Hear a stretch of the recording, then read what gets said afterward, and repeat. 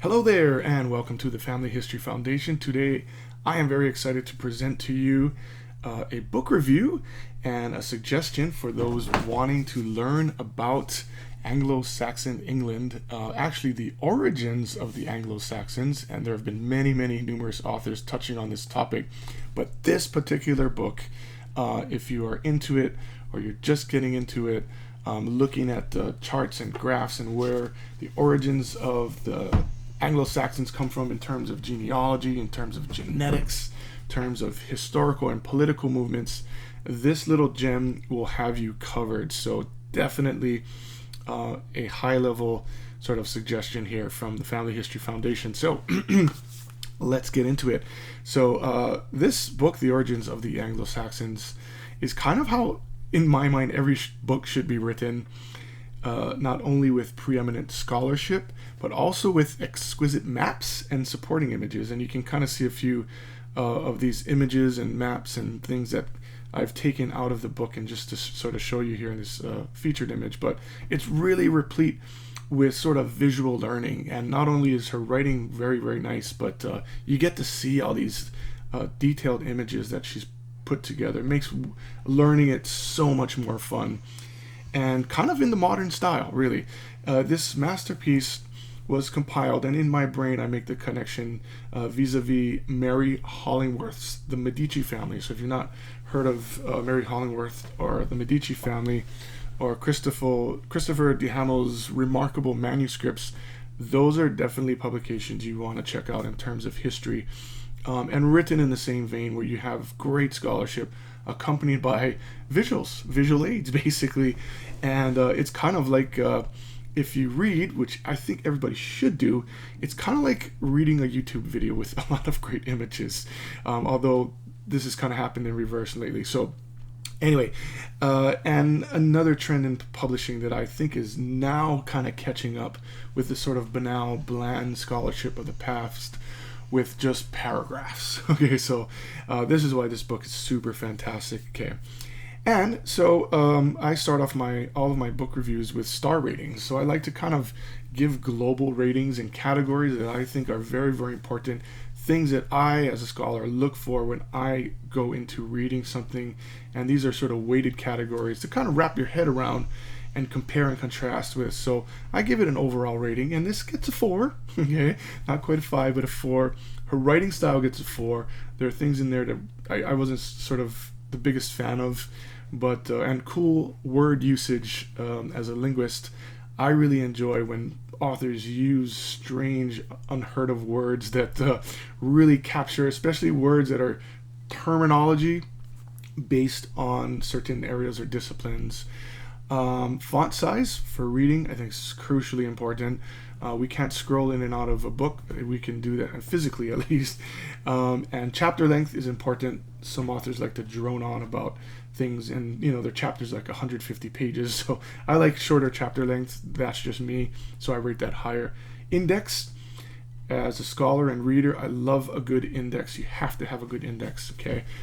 If you're on a Kindle or Audible or some other book format, of course, you can just search as an index, which actually makes things so much more valuable nowadays. Citations, I love looking at citations, and of course, collectability, which for me is, do I want or need this book in my book collection or bookshelf in my library? And this actually, although the top ratings are weighted, 1 star lower, collectability for me was a 5. So let's move on to the book stats. This is another cool sort of way of encapsulating the importance of a book and things I look for before diving in. Of course, it was published in 2018. How many pages does it have? How many total pages of text? And it's only 240 pages, right? And really, I differentiate between total pages and pages of text, right? There's, so 240 pages, 207 pages of text, which is not a lot considering the sort of enormity of the topic of Anglo-Saxon history and genetics and origins, right? You could easily write an 800-page treatise on this. So it's kind of short and sweet, which means, you sacrifice space for brevity right? What you have to sort of leave things out, include things, and you have to sort of write down or condense your writing, which is actually pretty difficult. And Jean Manco has made a very, very quick task of that. 10 chapters total, right? And a whopping 137 illustrations in here. Amazing. Okay, out of 207 pages of text, there's 137 illustrations. Super cool. And there are 2 color picture insets. One has 3 pages, one has 4 pages. A note section, which I love, sources of illustration section, a massive bibliography, and that appeals to the scholar in me. An index section, and I wrote here hardcover only, although it has been released in softcover at probably about a quarter of the price that it's going for right now. I do have the hardcover edition, got it when it came out. That hardcover cost has now gone up, so yay me for making a good investment. Okay, let's get to the book review itself. And again, this is one of my favorite recommendations. The Origins of the Anglo-Saxons, Decoding the Ancestry of the English by scholar Jean Manco is a welcome contribution to the field of English genetic history.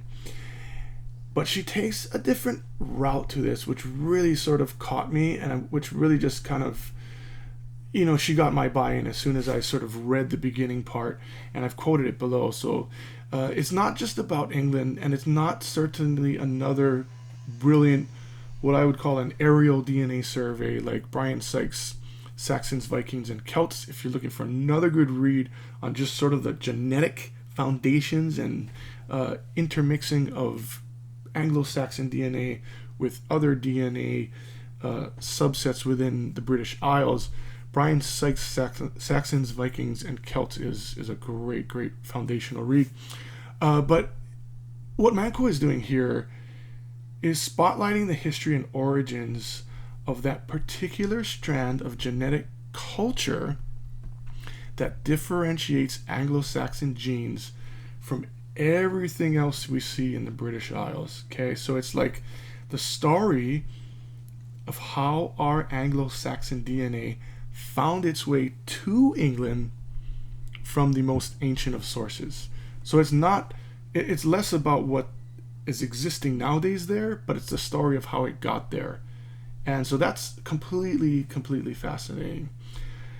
And I share a quote here in this article about her sort of mindset, the framework within which she operates. And I think it's very well conceived and tied in with her brilliant style of storytelling. It's amazing. Okay, so this is what she says. Okay, I'll just highlight it really quickly here. Books on the Anglo-Saxons traditionally start with the arrival in post-Roman Britain, right, of Germanic-speaking peoples, and progress chronologically to that famous date of 1066, right? Battle of Hastings. Things change in the British Isles completely, linguistically, genetically, and as far as patronyms and names, of course. Huge, massive shift. Architecture, I can go on and on and on.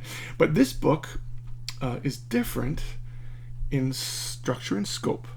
Okay, we start with the vision that Anglo-Saxons had of themselves and their ancestors. So she's putting us into the shoes of the Anglo-Saxons and what they thought of themselves and who preceded them, right? Which ultimately, if you have that genetic connection, you're kind of like looking back at what your ancestors thought of their ancestors, right?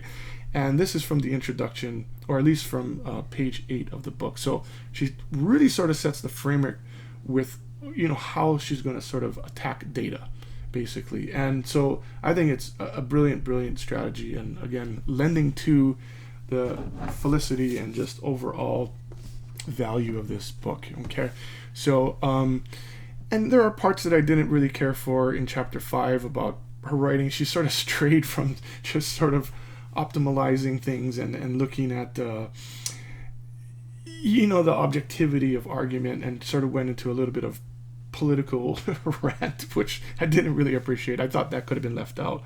And so aside from that, she did sort of miss a few other things scholastically.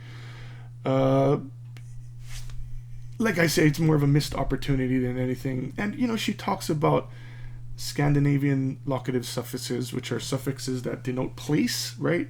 Like ton, like, Harrington and Paddington, right? Those come from, they mean town or enclosure or place of safety. But she only lists by and thorp as these only locative suffixes. And there are, at least 7 more of those. And the fact that she kind of left that out was a little bit bewildering for me, especially coming from a scholar of her sort of level, right? And I have to assume, based on her past publications, she knows what those are.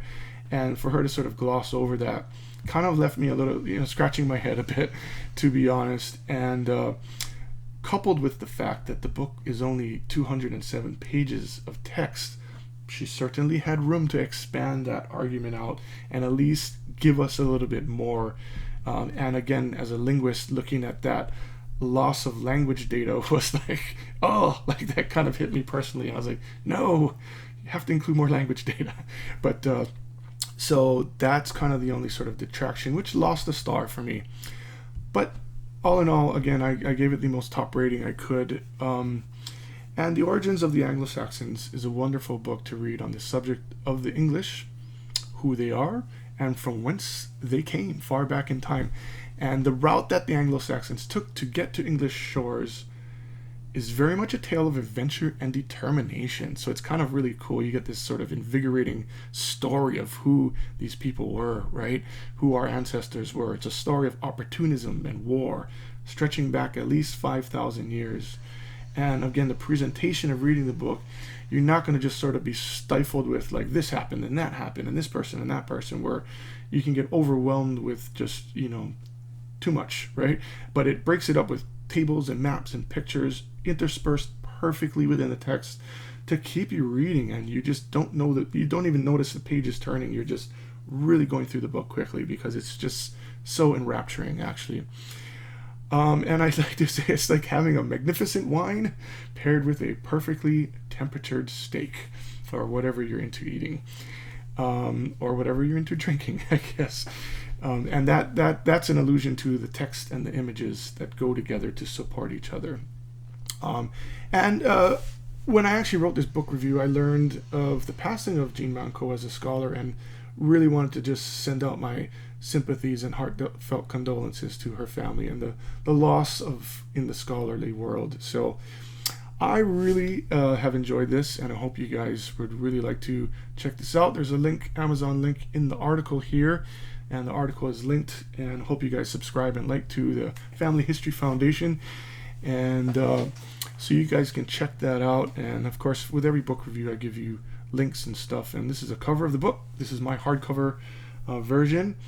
And so thank you guys for listening, and I hope you guys are enthused and inspired. And again, if you are, like and subscribe to this Family History Foundation channel. We've got all kinds of cool stuff here.